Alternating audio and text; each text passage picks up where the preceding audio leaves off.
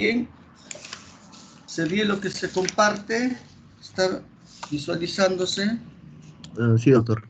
Sistema de salud. Bien, en esta tercera fase vamos a tratar todo lo que viene a ser el sistema de salud en el Perú, ¿ya?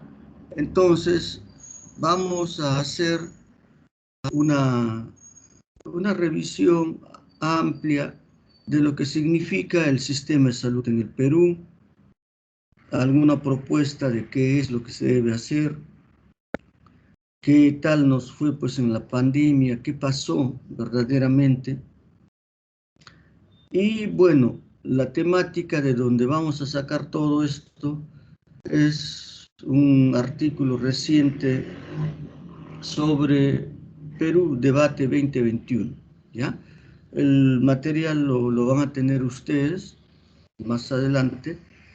Entonces, en base a esto, vamos a desarrollar los temas.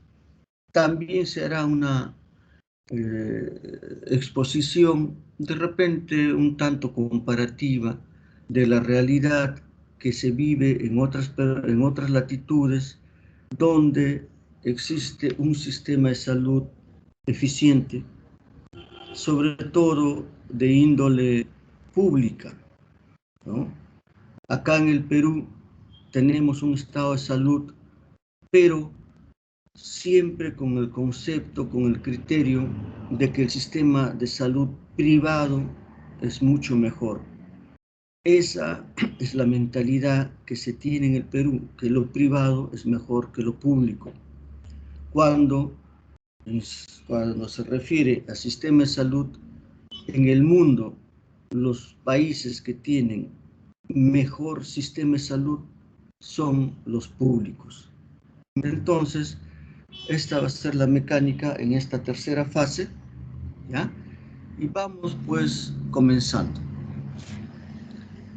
Cuando hablamos de lo que es el sistema de salud en el Perú, hay que ubicar esto dentro de lo que significa, pues, disposiciones a nivel internacional y a nivel nacional, sobre los cuales se está haciendo este desarrollo de nuestro sistema de salud. Entonces, la Organización Mundial de la Salud en el año de 1947, en su constitución como organismo, como Organización Mundial de la Salud, ya concibe a la salud como el goce del grado máximo de salud que se puede lograr, y esta es uno de los derechos fundamentales de todo ser humano, ¿no? Entonces, este principio de la Organización Mundial de la Salud ya da el carácter de derecho fundamental a todo ser humano, y todos los países están suscritos a este tratado, el Perú también. Más adelante, las Naciones Unidas aprobaron dos objetivos dentro de los cuales está el problema de la salud. ¿Recuerdan ustedes los objetivos de desarrollo del milenio que estuvieron vigentes del 2000 al 2015? Que en esos objetivos del milenio también estaba la salud como un eje primordial, y después se cambió a lo que son los objetivos de desarrollo sostenible con visión al año 2030, donde lo que es el sistema de salud y bienestar en su objetivo número 3 es un punto pues muy relevante, de la mano con el objetivo 2, que involucra lo que es el hambre cero, con lo cual se trata de disminuir los índices de desnutrición que existen en el mundo. Entonces, pues, tenemos por una parte lo que es el mandato de la Organización Mundial de la Salud desde el año 47, estos dos objetivos que salen desde las Naciones Unidas, pero también la Organización Mundial de la Salud en el año 2010 ya comienza a lo que es a acuñar el concepto de cobertura universal en salud, de que la mayor cantidad de población en los países tengan pues una cobertura de seguros. Y esta cobertura de seguros, cobertura universal en salud, también ha sido suscrita con el Perú, por el Perú, y estamos en todo un proceso de ampliar esta cobertura de salud, de que la atención en salud sea universal en el Perú. Esta cobertura universal en salud se basa en tres dimensiones: una dimensión prestacional, una dimensión poblacional y una dimensión financiera. ¿Qué implica la dimensión poblacional? La dimensión poblacional indica pues que la mayor cantidad de personas estén inmersas en esta cobertura universal de salud.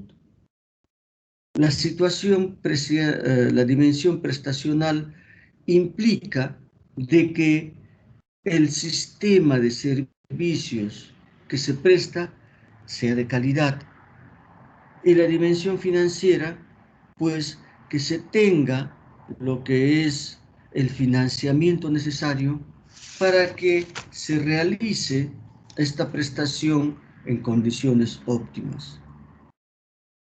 Pero no solo tenemos mandatos de nivel internacional en cuanto a política sanitaria.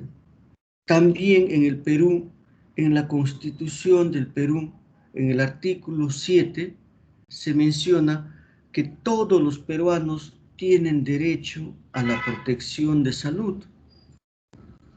Y en la misma Constitución, en el artículo 9, dice que el Estado es el que se encarga de establecer la política nacional sanitaria, ¿no? Pero también la ley 26843 o la Ley General de Salud, en esa ley se menciona que toda persona tiene el derecho al libre acceso a prestaciones de salud, ¿ya? Muy bien. Entonces, aparte de lo que son pues estos mandatos de la política sanitaria que están escritos en políticas que vienen de organismos internacionales, que están consignadas en lo que es documentos de nuestro Perú que rigen nuestra política sanitaria. Entonces, pues estas políticas sanitarias se articulan con el accionar de las instituciones públicas, ¿no?,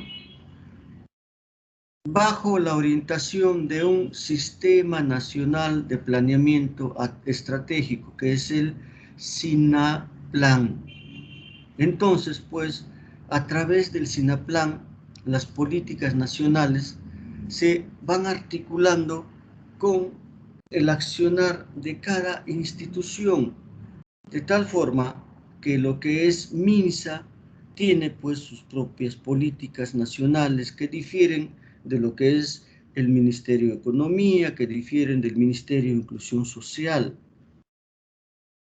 Entonces, existen 35 políticas de Estado que se fueron definiendo en forma progresiva desde lo que es el Acuerdo Nacional que se estableció en el año 2002.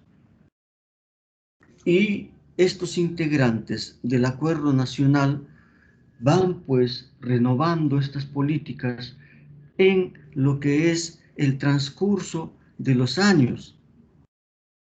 Y estas orientan la definición de lo que son pues los planes estratégicos de desarrollo nacional. El último Plan Estratégico de Desarrollo Nacional se dio, pues, en el año 2011 con el nombre de el Plan Bicentenario, el Perú hacia el año 2021.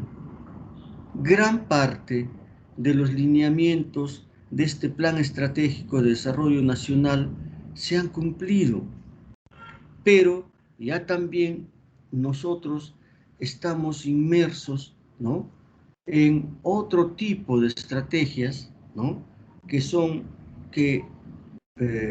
van a sustituir a este plan bicentenario con miras a lo que vamos a enfrentar más adelante. Entonces, estas políticas de cada estamento se van articulando con los planes estratégicos multianuales de cada sector. El Ministerio de Salud, el Ministerio de Educación tiene sus propios planes estratégicos multianuales. Existe un plan estratégico multianual que es la visión de Perú al año 2050, que ha sido aprobada en el año 2019 por lo que es el foro de esta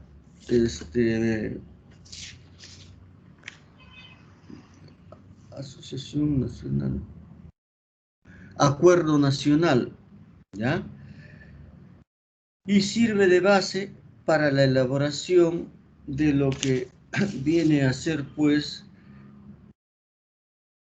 el Plan Estratégico de Desarrollo Nacional, ¿no?, al 2050.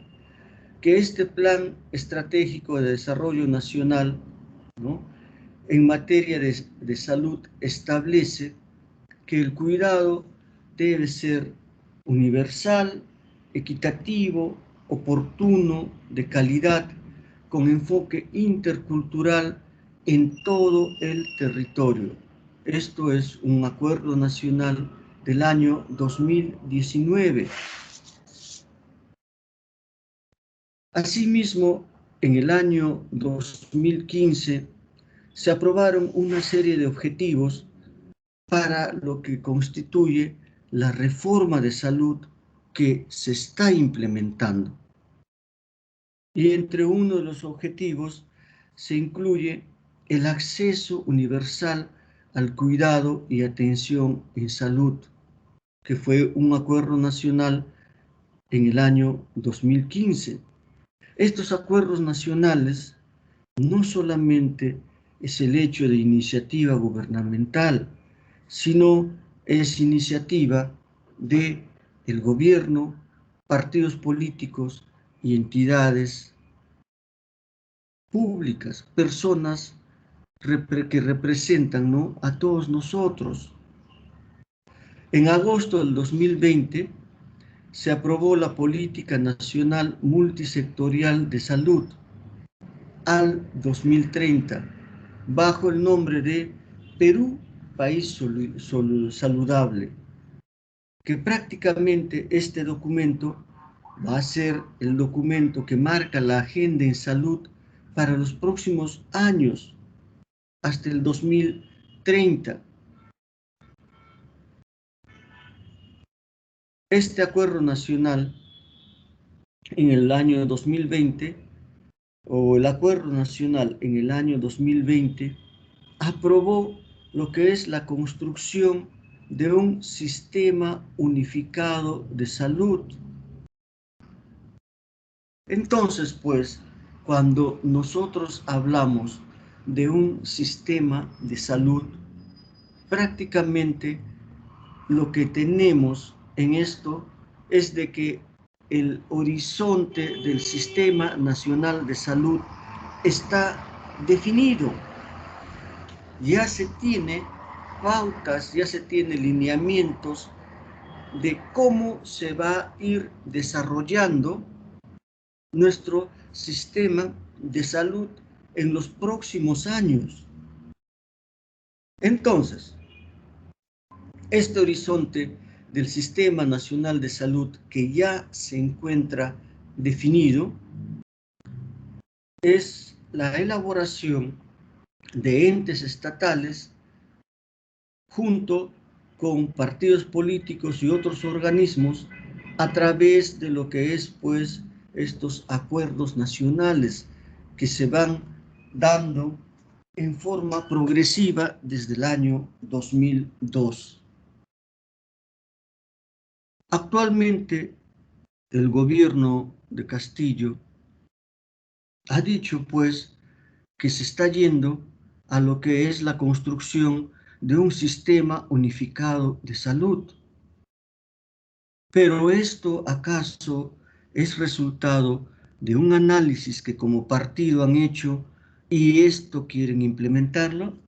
No, esto es un proceso que viene desde años, ¿no?, para lograr lo que es un sistema de salud universal.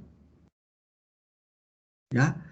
Ahora, si ya tenemos un horizonte del sistema de salud definido de cómo queremos que sea el sistema de salud en el futuro, entonces, pues, ¿en qué va a ir variando? ¿En qué cambia?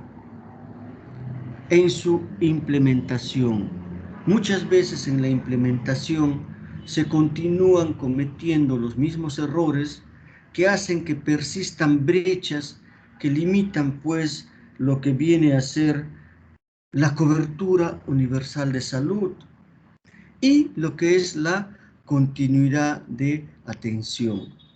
Entonces, es en esta implementación donde se debe de ser coherentes con los objetivos de la reforma de salud que fueron establecidos por lo que es el Acuerdo Nacional en el año 2015, donde este Acuerdo Nacional del 2015 que plantea la reforma de salud tiene al ser humano como fin de la reforma de salud.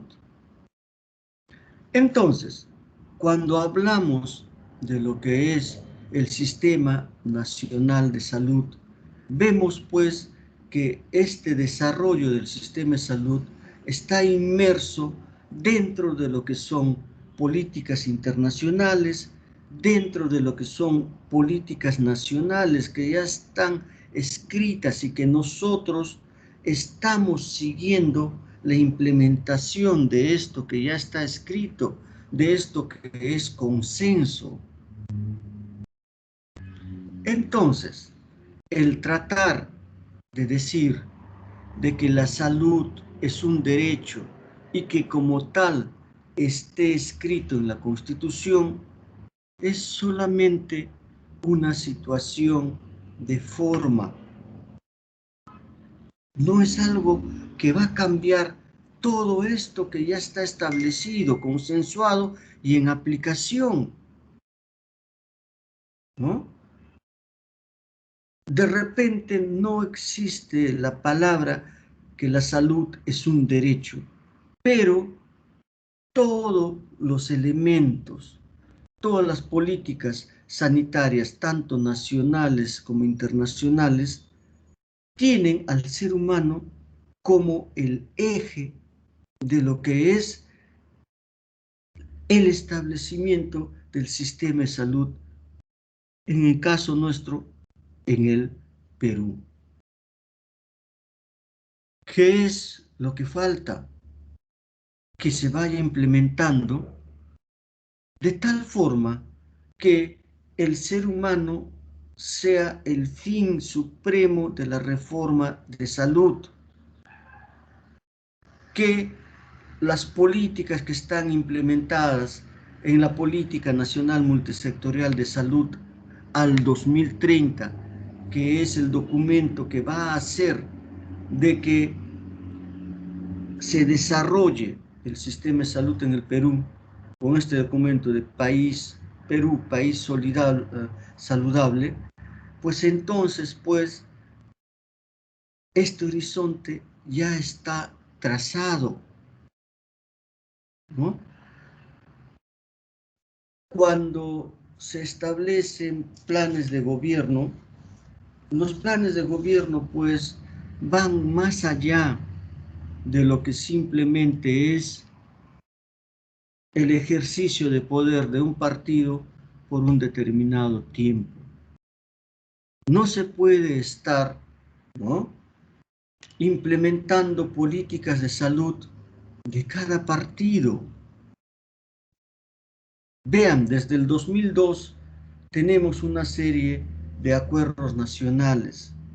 Tenemos desde el 2000, desde el año 1947, políticas internacionales que están siendo incluidas en nuestro sistema de salud, que estamos incorporando y estamos cumpliendo con eso. Entonces, pues, lo que se tiene que hacer es que estas políticas que se dan para la consecución a lo largo de diferentes gobiernos, de diferentes periodos, se vayan cumpliendo. Actualmente estamos rumbo a lo que es un sistema de salud unificado, pues que la implementación y la posterior gestión de un sistema único de salud vaya en beneficio de aquel que es el fin de estas reformas. ¿Quién es? El ser humano. ¿Ah? Vean, cuando hablábamos de lo que son los objetivos de desarrollo sostenible, en el objetivo de desarrollo sostenible 3, que va con lo que es salud y bienestar, tiene una serie de metas, ¿no?, de entre las cuales está pues el reducir la tasa de mortalidad materna a menos de 70 por cada 100.000 nacidos vivos, el reducir la mortalidad neonatal a menos de 12, ¿no?, por cada 1.000 nacidos vivos, y la mortalidad en menores de 5 años a menos de 25 por 1.000 nacidos vivos.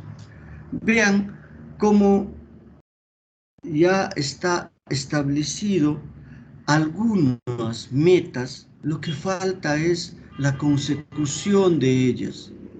Algunas de ellas lo estamos haciendo bien, pero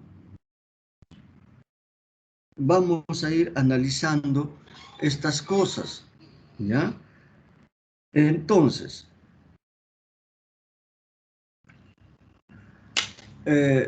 dentro de las enfermedades infecciosas, poner fin al VIH-Sida, la tuberculosis, malaria y otras enfermedades transmitibles, reducir a 1/3 la mortalidad prematura por enfermedades no transmisibles, reducir a la mitad el número de muertes y lesiones por accidentes de tránsito, garantizar el acceso universal a servicios de salud reproductiva, salud sexual y reproductiva, lograr la cobertura sanitaria universal, pero incluyendo protección financiera. Vean, en su momento, cuando conversábamos, decíamos que estos objetivos de desarrollo sostenible, que son 17, e involucran diversos aspectos de lo que son mejoras en política, es prácticamente un plan de gobierno que se debiera de cumplir, ¿no? Y en eso estamos inmersos. Ahora pues, 3 de las políticas de lo que es los acuerdos nacionales se encuentran alineados con lo que es los objetivos de desarrollo sostenible en materia de salud. ¿Ya? Ahora, muy bien, lo que es el acuerdo nacional, ¿no?, viene a ser uno de los documentos que, al estar alineados con los objetivos de desarrollo sostenible, son documentos mucho más complejos, más completos, mejor estructurados en el sentido de que tienen indicadores más precisos que muchas veces los planes estratégicos multianuales que nosotros estamos desarrollando, que el cumplimiento de estos planes estratégicos de desarrollo nacional en conjunción con lo que es los objetivos de desarrollo sostenible, en este caso el objetivo 3, el cumplir esto implica de que nuestro sistema de salud también mejore.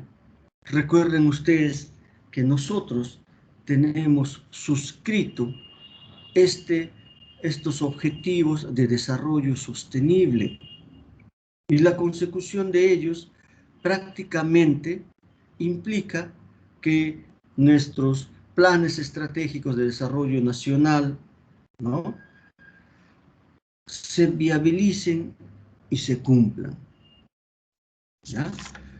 Entonces, pues, lo que es el sistema de salud está cambiando y está cambiando a lo largo de todos estos años, sobre todo los últimos 20 años, que necesita más cambios, que probablemente de acá a 8 o 10 años sea un sistema de salud diferente.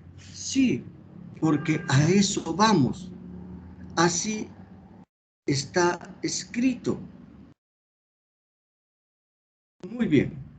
Entonces, pues, veamos cuál es el estado de salud en el Perú. Muy bien. ¿Cuál ha sido la evolución de la mortalidad neonatal en el Perú? Bueno, la mortalidad neonatal en el Perú está en un promedio de 10, ¿ya? ¿Y cuál es la cantidad de mortalidad neonatal objetivo de estos objetivos de desarrollo sostenibles? 12. En este indicador estamos bien. Antes del 2030, que es el tiempo en que se debieran cumplir estos objetivos. En lo que es la mortalidad infantil antes del primer año de vida, también estamos con un promedio de 15, que está de acuerdo a los Objetivos de Desarrollo Sostenible 3. Y en cuanto a la mortalidad en la niñez menores de 5 años, estamos pues con un promedio de 19, cuando el objetivo al 2030 era de lograr una mortalidad infantil en menores de 5 años de 25.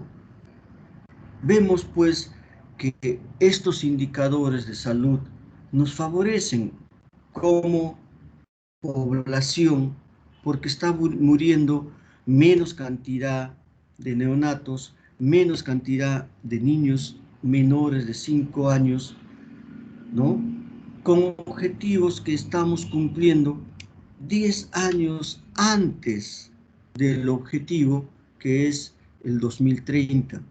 Entonces, sí se está haciendo bien las cosas en algunos aspectos. Ahora bien, lo que es el índice de mortalidad materna, ¿cómo vamos en este indicador? Entre el año 1990 y 1996, la mortalidad por cada 100.000 nacidos era de 265 muertes maternas por cada 100.000 nacidos vivos. Esto ha ido bajando entre el año 94 y 2000, ya esta mortandad era de 185 madres muertas por cada 100.000 nacidos vivos. Y entre el año 2004 a 2010, entonces, tenemos una mortandad materna de 93 por cada 100.000 nacidos vivos. Entonces, pues, entre el año 90 y 2010 ha habido un 64.9% de disminución en mortalidad materna. ¿Y cuál es el objetivo? A esperar que al 2030 tengamos 70 madres que fallezcan por cada 100.000 nacidos vivos. Entonces, este objetivo es algo que me parece vamos a cumplir en forma holgada y antes de este tiempo. Si la tendencia es la que hemos venido experimentando en los últimos años. Ahora bien, la situación de mortalidad materna se da pues, principalmente en situaciones de parto, que es la principal causa de mortandad. Pero analicemos este cuadro. ¿Cuál ha sido la evolución, ¿no?, de la atención prenatal por un profesional de salud calificado, ya sea de que han sido atendidos por un médico, por una enfermera, por una obstetra? Vean cómo los niveles de atención en los años de 1986, 90, 2000, el que una persona tuviera una atención prenatal estaba en promedio en lo que es pues el 54, 63, 67% de atención. Pero vean cómo este promedio se ha incrementado. En el año 2009 ya teníamos un 94% de atención. En el año 2011, 95% de atención. Y en el año 2000, ¿cuánto es la atención? De 98.2%. ¿Qué significa esto? Que el 98.2% de personas embarazadas tienen pues una atención prenatal. Si hay mayor atención prenatal, es lógico que la mortandad también disminuya, tanto a nivel materno, tanto a nivel neonatal. ¿Por qué? Porque las probables complicaciones que antes se presentaban son detectadas a tiempo, son referidas a tiempo los partos que son considerados de alto riesgo y por lo tanto muere menos madre, menos neonatos.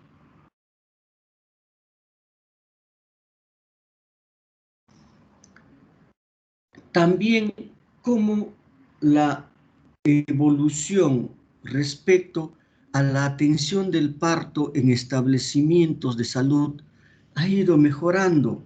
Desde el año 2009, que se tenía un 82% de personas que se atendían en establecimientos de salud, ha ido migrando y ha ido mejorando hasta tener un promedio de 93% de atención del parto en establecimientos de salud en los años 2018-2019. ¿No? Vean pues, estos cambios hacen que disminuya la mortalidad materna y neonatal. Bien, a ver, vean ese cuadro.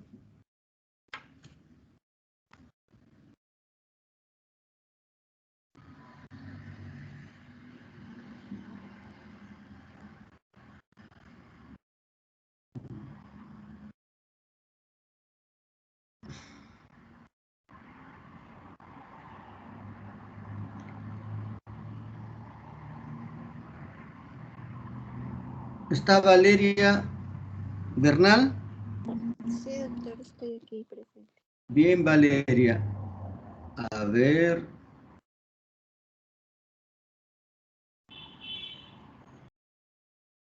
¿Dónde se fue mi slide? ¿Estás viendo la imagen? Sí, sí, doctor. A ver, interpreta.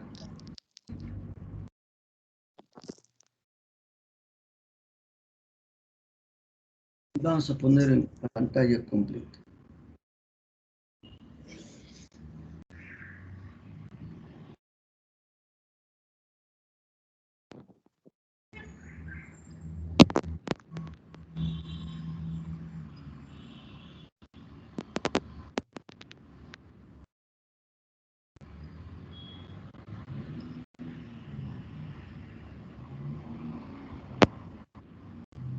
Por cesárea.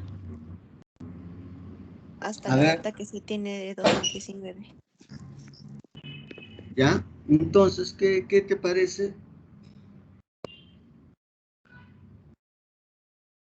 Bueno, que ahora se está teniendo más, no sé si decirlo, actividad o más reconocimiento en el área rural para este tema de cesáreas, o sea, de la salud. ¿Ya? ¿Qué más? Y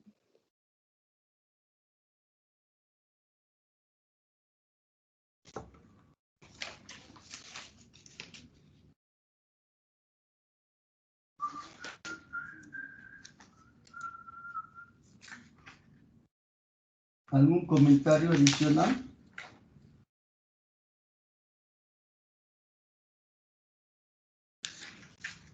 creo que nada más, doctor. A ver. Ana, nuestra delegada, interpreta por favor este cuadro. Ya, doctor. Bueno, es la evolución de lo que vendría a ser los nacimientos por cesárea, Ajá. de acuerdo a lo que sería el área de residencia. Bueno, tenemos lo que va a ser un total, el área urbana y también lo que es el área rural. Uh-huh. En relación a lo que es bueno, la diferencia entre lo que sería el área urbana y el área rural, se ve que en el área urbana ha habido un mayor aumento que en el área rural a lo largo de los años. Bueno, en conjunto existe un aumento en lo que es la cantidad de nacimientos por cesárea. Los nacimientos por cesárea en el año 2019 constituye el 40.9% de todos los nacimientos. Vean, en el año 2000 el promedio de cesárea era el 12.7% de todos los nacimientos. Y en el 2019 es el 34.7% en promedio de todos los nacimientos. ¿Qué crees que está pasando, Ana?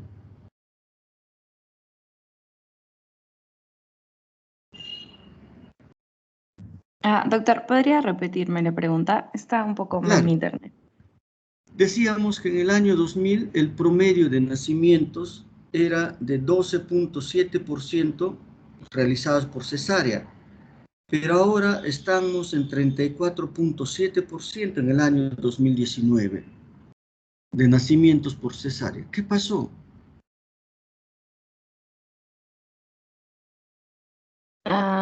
O sea, yo creo, doctor, que conforme han ido avanzando los años, esto también ha incrementado. Podría ser por también un avance en lo que vendría a ser eh, la medicina.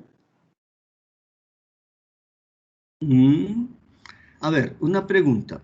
En tu caso y en el de las chicas que están en clase, tus compañeras, ¿tú darías, si estuvieras embarazada o más adelante, piensas dar a luz por parto normal o por una cesárea? Tu pensamiento.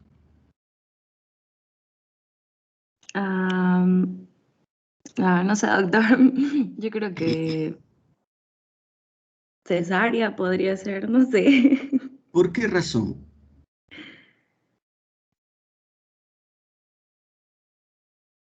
¿Crees tú de que este incremento de cesáreas es porque existe más problemas que se presentan durante el parto? Sí, doctor, podría ser.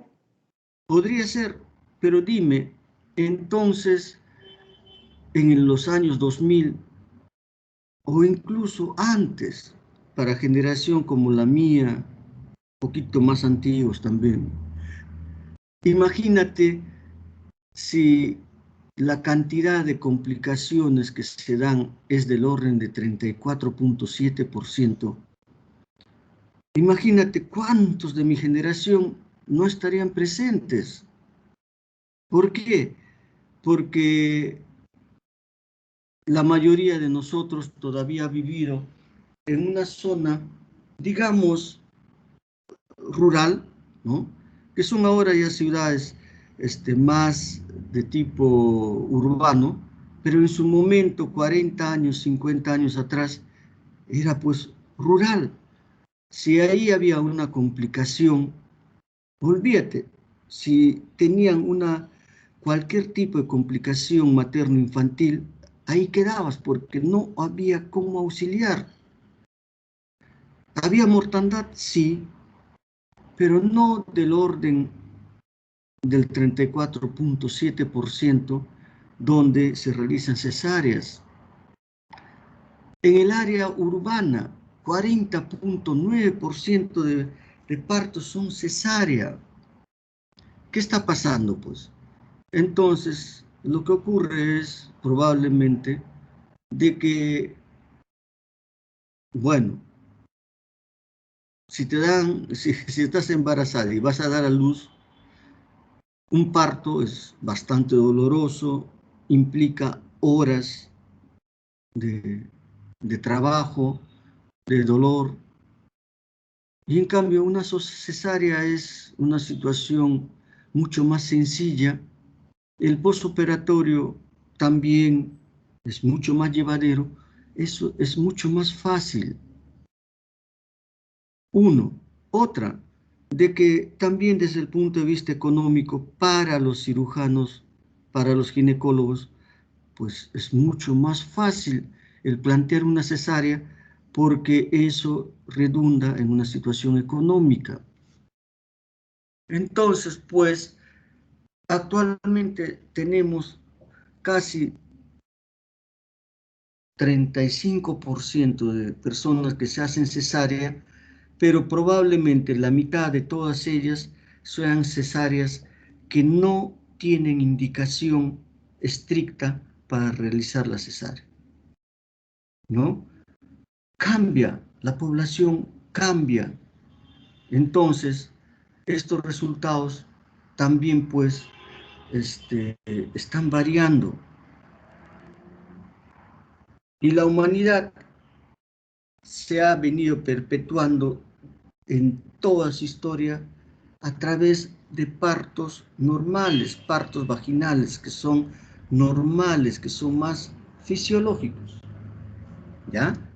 Pero es interesante este cuadro. Mira que estamos en áreas urbanas casi la mitad de partos por cesárea.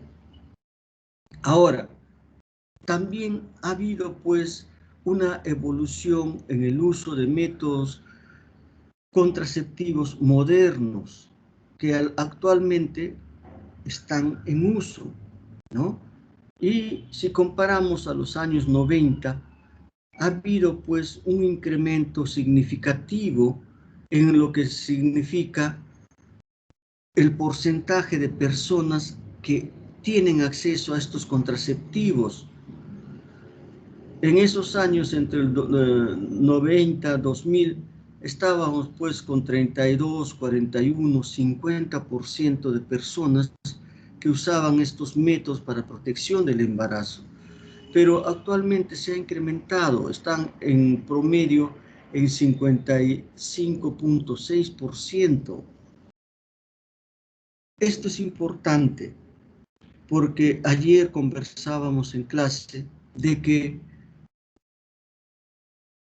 el embarazo, sobre todo en adolescentes, llegaba al 19%. ¿Por qué? Por desinformación. ¿Por qué? Porque están inmersos en una situación de violencia sexual, de violencia física. Entonces, pues, tienen que tener una protección, ¿no? Entonces, esta planificación, este uso de contraceptivos ha tenido un incremento, ¿no?, que es más o menos parecido tanto en el área rural como en el área urbana, ¿ya? Siendo siempre en el área rural menor la proporción de personas que acceden a ello, ya sea por educación, ya sea porque de repente no hay la oferta adecuada en esas zonas de estos materiales que son entregados en forma gratuita. Pero lo que sí se nota es de que tanto en el área urbana como en el área rural existe un incremento de la aceptación de estos métodos para incorporarlos en la prevención de embarazos. Ahora bien, ¿en quiénes se hace más efectivo este uso de contraceptivos? Pues en los niveles de lo que es educación superior. En ellos tenemos un promedio de 58.7% de lo que es uso de estos métodos frente a aquellos que no tienen educación, que están en promedio de 36-39%. Ya habíamos conversado que los niveles de pobreza, que estos niveles de pobreza van acompañados con también menores niveles de lo que es educación, menores niveles de acceso a servicios públicos, etc. Y en este gráfico se puede demostrar eso, ¿no? Otro indicador, ¿no?, es el hecho de la evolución de niños con desnutrición crónica, ¿no? Entonces, la desnutrición crónica ha ido bajando desde los años 2007, 2008, 2009, que era del 27.8%, hasta los niveles actuales en que estamos en 12.2% de lo que es la desnutrición crónica infantil. Entonces, en lo que es desnutrición crónica infantil, ¿no?, también hemos cumplido el cometido de lograr estos datos de disminución de desnutrición crónica infantil antes del año 2030. Y en lo que respecta a desnutrición crónica infantil, somos modelo, somos ejemplo en lo que se ha hecho para disminuir esta desnutrición crónica infantil. Ejemplo a nivel mundial. Ahora, la esperanza de vida en el Perú está en 75 años, que son resultados muy similares a países de primer mundo, ¿no? Entonces, vean cómo existen una serie de indicadores que nos son favorables, que nos indican que nuestro sistema de salud, dentro de todas las falencias que tiene, está yendo por buen camino. ¿Que existen cosas por corregir? Sí, pero que está yendo por buen camino. ¿Ya? Bien, chicos, nos ganó el tiempo. Seguiremos avanzando. Como vamos a tocar todo lo que es sistema de salud durante toda esta fase, terminaremos lo que sigue y seguiremos con la siguiente clase en la próxima. ¿Ya? ¿Alguna inquietud, chicos? Chicas. Doctor, respecto a las exposiciones de esta fase, más o menos en qué fecha serían. Yo creo que va a ser en un par de semanas. Vamos a avanzar la próxima, en 15 días. En la próxima avanzamos una clase más y el sábado hacemos el seminario. ¿Ya? Ya, doctor, está bien. Bien, chicos, chicas, si no hay preguntas, si no hay ninguna inquietud, nos vemos la próxima semana. ¿Ya? Cuídense, chicos. Nos vemos. Hasta luego, doctor. Hasta luego, doctor. Gracias, Hasta doctor. luego, pues. Hasta luego, doctor. Gracias. doctor.